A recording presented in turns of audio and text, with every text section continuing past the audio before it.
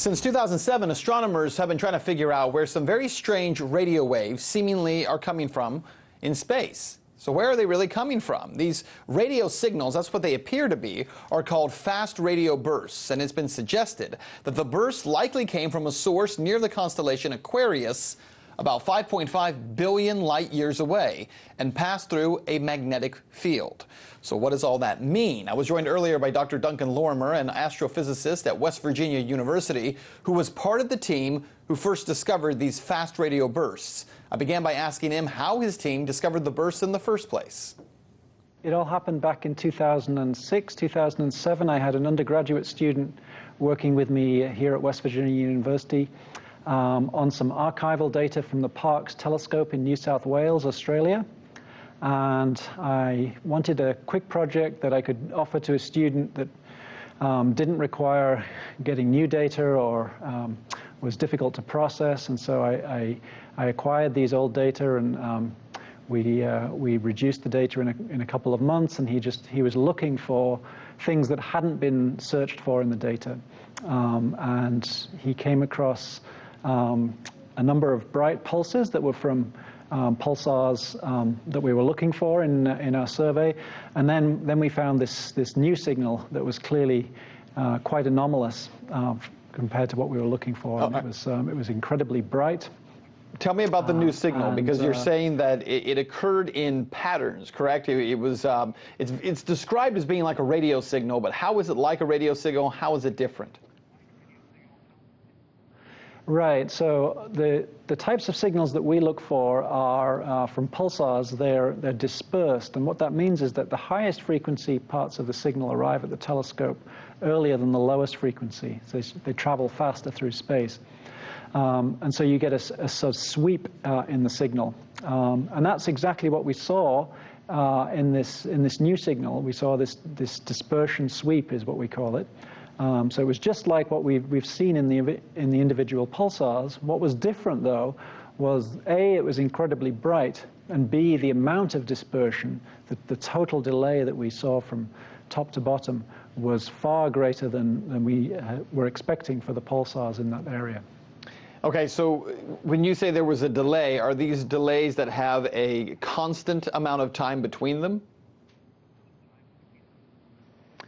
Yeah, so what I'm talking about is the delay between the top of the highest frequency that you record and the lowest frequency that you record. Okay. And the bigger the delay, the further away the source must be. And so what that implied to us was that this source was well beyond the Milky Way galaxy. That's what it sounds like from what we've been reading about this. 12 ground and space telescopes conducted observations on these other wavelengths that have been found, including infrared, ultraviolet, X-ray, and visible light. And yet none of these telescopes observed what's called an afterglow. Why is that significant? Well, it's not.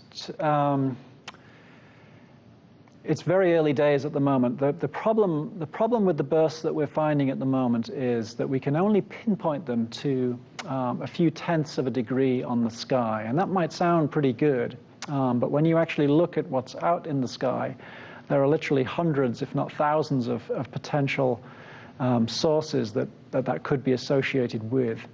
So it's really important when one of these bursts goes off to get on the target as quickly as you can, just to see if you can see anything else that's fading away at the other wavelengths.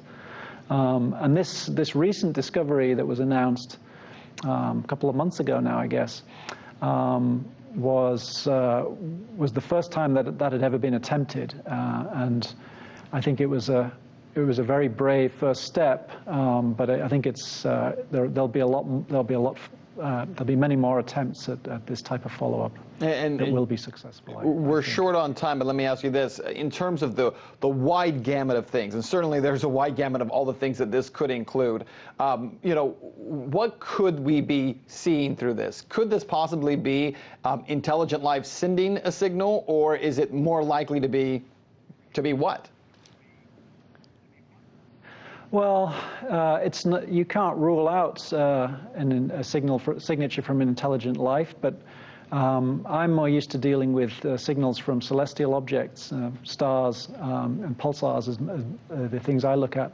And the fact that this signal is very short means that it must have come from a very compact star, possibly a white dwarf star, which is about the size of the Earth, or a neutron star, which are the types of stars that I look at in the Milky Way, or it could be a signal from a collapsing neutron star before it forms a black hole. Those are just three possibilities out of many that are being discussed currently. Well, certainly much more work to be done, but keep us updated as you learn more. Dr. Duncan Lorimer, astrophysicist at the West Virginia University, thanks so much for your time.